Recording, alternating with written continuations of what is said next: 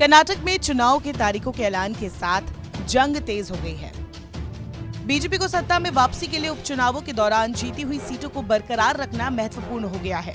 ऐसे में भगवा दल के केंद्रीय हाईकमान ने राज्य इकाई को इन निर्वाचन क्षेत्रों की कम से कम 60% सीटें जीतने का टास्क दिया है। 2018 चुनाव से अलग अलग कारणों से 23 सीटों पर उपचुनाव हो चुके हैं। इनमें से बीजेपी ने 16 सीटें जीती, जबकि कांग्रेस और जेडीएस को क्रमशः 6 और 1 सीटों पर जीत मिली। पदाधिकारियों ने बताया कि रविवार रात हुई गृह मंत्री अमित शाह की अध्यक्षता में बीजेपी कोर कमेटी और चुनाव प्रचार समिति की बैठक में इस मुद्दे को लेकर चर्चा हुई। बैठक में उपचुनाव वाली सीटों के अलावा प्रतिद्वंदी दल, खासकर कांग्रेस के एकाधिकार वाली सीटों पर जीतने की रणनीति बनाने पर विचार विमर्श हुआ। बैठक में अमित शाह ने चुनावी तैयारियों का जायजा लिया और स्थानीय नेतृत्व को निर्देश दिया कि जिन सीटों पर जीत हासिल हो सकती थी लेकिन पार्टी ने उसे नजरअंदाज किया, इस बार उन पर फतेह हासिल कर सीटों की संख्या को अधिकतम किया जाए।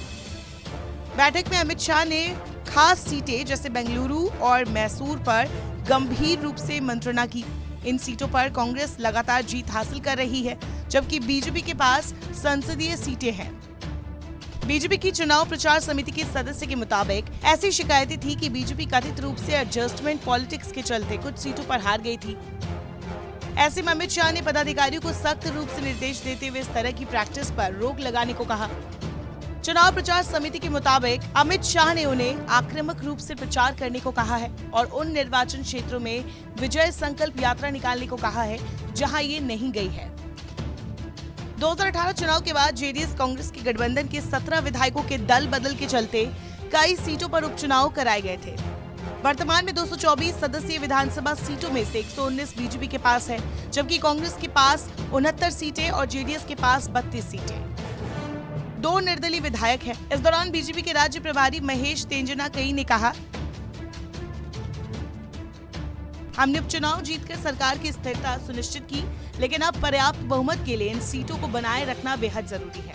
वहीं कांग्रेस के प्रदेश प्रभारी मल्लावली श्रीवन्ना ने प्रतिक्रिया देते हुए कहा कि उपचुनाव की प्रकृति मुख्य चुनाव से बिल्कुल अलग होती है। बीजेपी ने अधिकतर उपचुनाव में जीत हासिल की क्योंकि वो सत्तारूढ़ थी। विधानसभा चुनाव में वो दोबारा ये प्रदर्शन नहीं कर सकती है।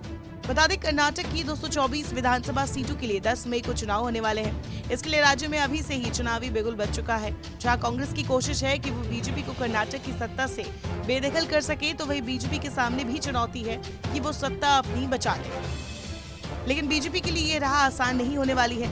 रास्ते में घात लगाए कांग्रेस और जेडीएस ही नहीं, बल्कि गुजरात में चुनाव लड़ने वाली आम आदमी पार्टी भी है। साथ ही बीजेपी के ऊपर 40% की सरकार का आरोप भी लगता आ रहा है।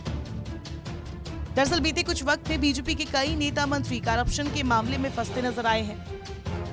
कांग्रेस इसी मुद्दे को जोरदार तरीके से भुना रही है। साथ ही राहुल गांधी कर्नाटक के वायनाड से सांसद है, लेकिन मोदी सरनेम पर टिप्पणी मामले में संसद सदस्यता जाने के बाद वायनाड और कर्नाटक में कांग्रेस कुछ ज्यादा ही एक्टिव हो गई है। कई चुनावी सर्वे में भी ये खुलासा हो चुका है कि कर्नाटक चुनाव में कांग्रेस के जीतने के आसार है। ऐसे में बीजेपी हाईकमान पूरी जी जान से रणनीति बनाने में जुटा है और ये काम कर रहे हैं बीजेपी के चाणक्य कहे जाने वाले अमित शाह।